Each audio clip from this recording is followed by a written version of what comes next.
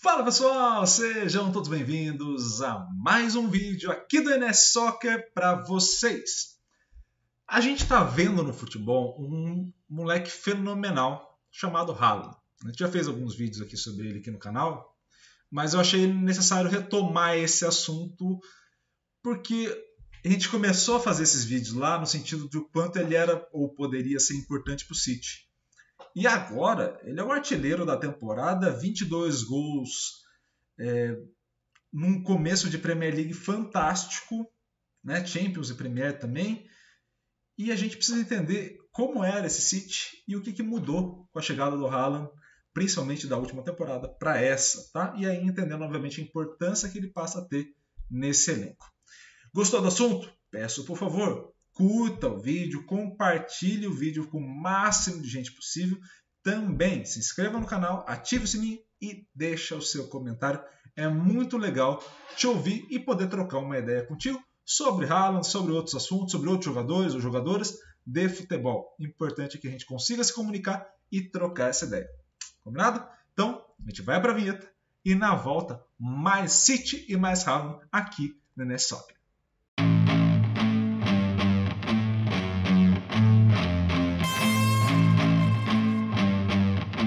De volta, pessoal, e a gente já vai começar com os vídeos aqui enquanto a gente faz os comentários, tá?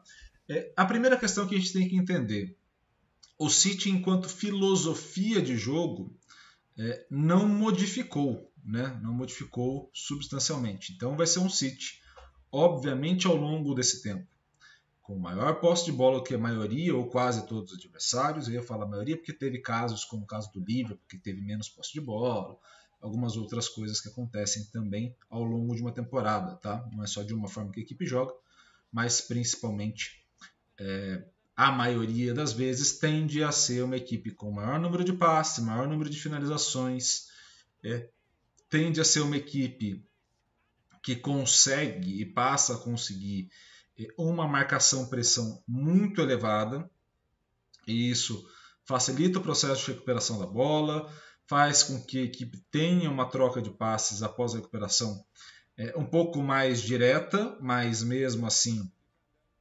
visando ações mais seguras e atacando nos momentos muito pontuais, como o caso aí que a gente viu contra o United.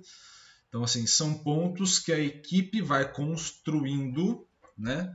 A equipe vai construindo a partir desse cenário já característico do Guardiola. Então, esses pontos não mudam em si, né? Obviamente, um jogador como o Haaland, que jogava numa equipe como o Dortmund, que tem um estilo de jogo um pouco diferente, né? Não vai ser sempre que vai ficar mais com a posse da bola, principalmente numa Alemanha onde muitas equipes ficam com a posse da bola, você passa a ter uma característica, obviamente, de adaptação desse jogador.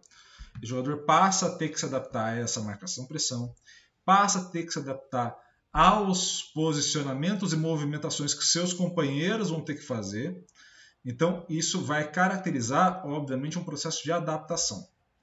Iago, ele já fez 22 gols na temporada, tá tudo perfeito, ele não tem mais o que evoluir, ele é genial. Em partes você está certo. Em partes ele é muito bom mesmo, ele é excepcional jogador, ele consegue participar muito melhor de um início de temporada do que poderia se imaginar de uma equipe ou de um jogador que está chegando agora ao City, que é uma equipe difícil de você entender toda a movimentação. Mas é importante entender, é importante ressaltar que o Haaland e qualquer jogador que passe a ser contratado por uma equipe que nem o City tem como característica ou vai ter como necessidade um processo de adaptação muito maior. Então, a gente vê aí uma facilidade contra equipes menores, mas ainda uma dificuldade contra as principais equipes, né? Contra o Liverpool houve dificuldade, passa obviamente a ter uma dificuldade contra o Arsenal, vai ter, contra o próprio o Tottenham vai ter, contra o United vai ter, apesar do placar da goleada, né? Mas obviamente você reajustando a equipe passa a ter um adversário também mais difícil, e isso vai exigir uma maior adaptação, um melhor tempo. Então a gente pode olhar para o futuro do Haaland no City e perceber um ajuste ainda necessário por questão de tempo. e isso vai melhorar o jogo dele, não vai piorar. Então assim, a gente está olhando para um cenário que já é muito positivo e ao mesmo tempo tende a evoluir. Entendeu? O que parece ser absurdo a gente falar de uma evolução de um jogador que fez o que fez e já tem 22 gols na temporada, a gente está falando agora de novembro, né? Hoje, que eu estou gravando dia 2, o City vai encerrar ainda a participação dele na Champions League na primeira fase, né? Eu acho que tem mais 2 jogos ou um jogo pela Premier, antes da parada da Copa. É um absurdo a gente falar de melhoria nesse momento, mas é a tendência. O Haaland tende a melhorar. E ao tender a melhorar, a gente está falando de um jogador que facilmente, se não houver lesão, e torcemos para que não haja, ele vai ser o artilheiro da Europa essa temporada. É muito difícil não ser. A gente talvez ali possa contar com o Lewandowski brigando. O Benzema teve um tempo aí machucado, né? A gente não sabe como que vai ser essa segunda parte, segundo semestre dele. Mas contando normal, que todo mundo esteja inteiro, até pelo volume de jogo que essa equipe do City cria, é natural que ele passe a ser artilheiro da Europa assim, com certa facilidade. Tá?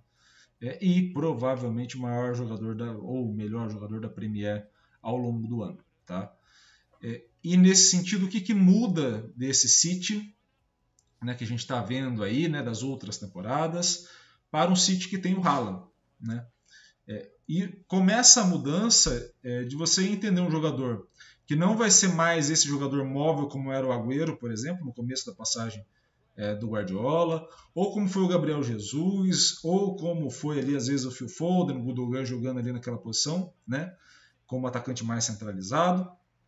Você tem um jogador de um pouco menos de mobilidade, principalmente uma mobilidade pelas laterais, né, um deslocamento lateral, e passa a ter um jogador de mais mobilidade em profundidade, né, que vai aparecer mais vezes na área, que vai pisar mais vezes na área.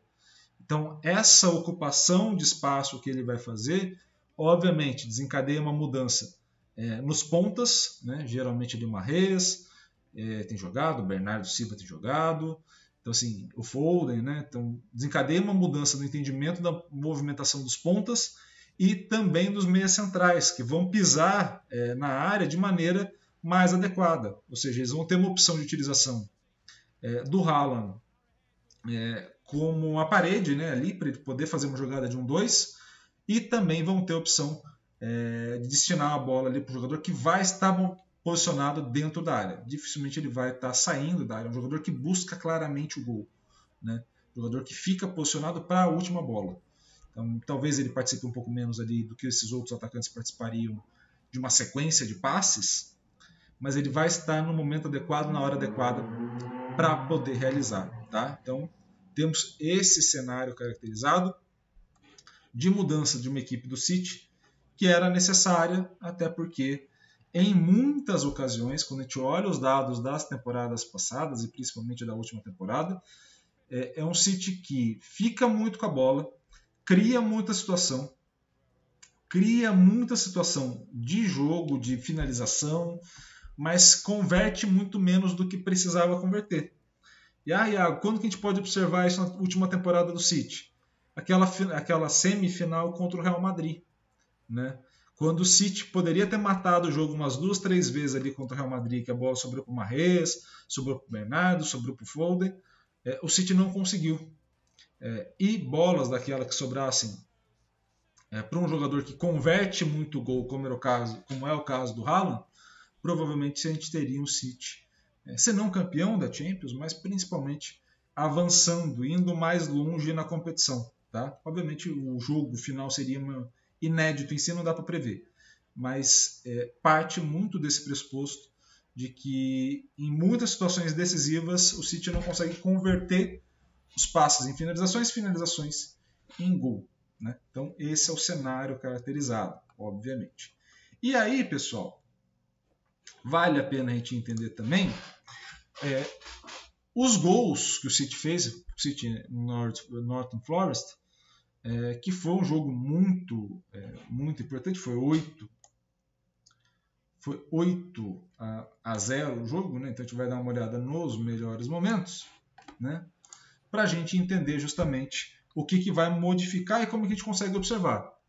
Então percebam, o Haaland já está na área, as movimentações entre os meias centrais passam a ser diferentes, né? Você tem uma movimentação, mas obviamente você tem um cara muito posicionado que vai ocupar uma faixa de campo importante. De novo, jogada construída, Haaland já de novo dentro da área, né? Então, essa jogada você vai ter uma movimentação muito específica do Haaland posicionando dentro da área em si para receber essa bola e poder realizar a aproximação. Tá? Então, temos alguns pontos aí. Então, novamente, você passa a ter outra coisa, bolas mais altas, porque agora você tem um jogador muito alto à frente que pode fazer ou pode construir essas jogadas a partir de uma bola alçada à área, coisa que era muito mais difícil de acontecer no City. Todas as vezes que a gente observou ali, eram bolas mais baixas, né? E aí você consegue, com a bola alçada à área, ter um jogador da capacidade do Haaland para fazer o gol. Então, a gente modifica a forma de relação com a bola, modifica a forma de comunicação na ação entre os jogadores e de estruturação de espaço. Tá? Tudo isso vai sendo modificado ao longo do tempo também. Tá? Isso é muito importante. Não é só o Haaland que vai precisar de adaptação, mas é toda a equipe do City. Porque se de um momento o Haaland também vai precisar se adaptar, o City vai precisar se adaptar também, por exemplo, fazer cruzamentos como esses. Né? Então você pode ver que tem alguns cruzamentos, ou muitos cruzamentos errados ainda, até porque não é uma equipe que está acostumada a fazer isso. Então ter esse encaixe da ação de jogo dentro do jogo exige justamente que esses jogadores tenham uma leitura adequada e também ajam de maneira adequada. O segundo gol, outra vez o Haaland, segundo gol dele, ajam de maneira adequada para que as coisas aconteçam bem. Tá? Então, esse cenário é muito importante para isso. Então, houve uma mudança, há uma mudança no City, e essa mudança, pelo menos, aí uma visão pessoal, uma perspectiva de quem está aqui, tá? Sentado no conforto de minha casa tranquilamente. É uma perspectiva positiva. Então, o City agora tem um jogador que tem uma capacidade de conversão muito grande de ação de finalização em gol. Tá?